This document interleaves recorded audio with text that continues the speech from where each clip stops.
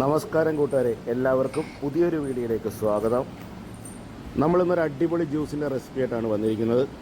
Dragon fruit ജ്യൂസാണ് ഇന്ന് ഉണ്ടാക്കാനായിട്ട് പോകുന്നത്. നമ്മുടെ കുട്ടികൾക്കൊക്കെ വളരെ ഇഷ്ടപ്പെടുന്ന ഒരു ജ്യൂസാണിത്.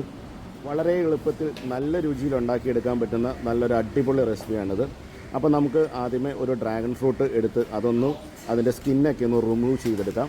അപ്പോൾ ഞാൻ കണ്ടിരിക്കുന്നത് രണ്ട് തരത്തിലുള്ള ഡ്രാഗൺ ഫ്രൂട്ടാണ്. ഒന്ന് ഇതേപോലെ റെഡ് നിറത്തിലും ഒന്ന് വൈറ്റ് നിറത്തിലും. അപ്പോൾ നമ്മളിന്ന് റെഡ് കളർ വെച്ചിട്ടാണ് ഇന്ന് ജ്യൂസ് ഉണ്ടാക്കാനായിട്ട് പോകുന്നത്.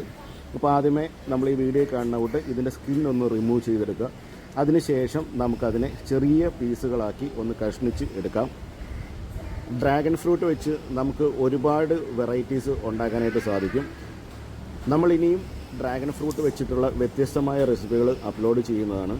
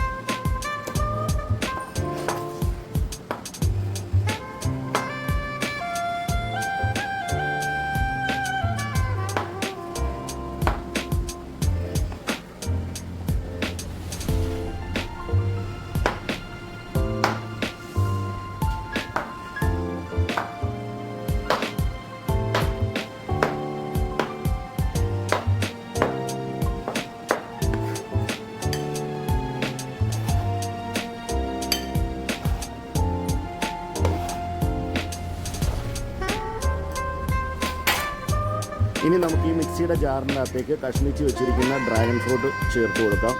അതിനുശേഷം ഇതിൻ്റെ അകത്തേക്ക് ആവശ്യത്തിനുള്ള പാലും ചേർത്ത് കൊടുക്കാം. പാല് ആ ജ്യൂസിന് ഒപ്പത്തിൽ നിന്നാലും മതി, ഒരിച്ചിരി മേളിലോട്ട് പോയാലും കുഴപ്പമൊന്നുമില്ല. ഇനി അതിനുശേഷം നമുക്ക് ഇതിൻ്റെ അകത്തേക്ക് കുറച്ച് പഞ്ചസാരയും കൂടെ ചേർത്ത് കൊടുക്കാവുന്നതാണ്. ഇനി നമുക്കിത് നല്ലപോലെ ഒന്ന് ബ്ലെൻഡ് ചെയ്ത് എടുക്കാം.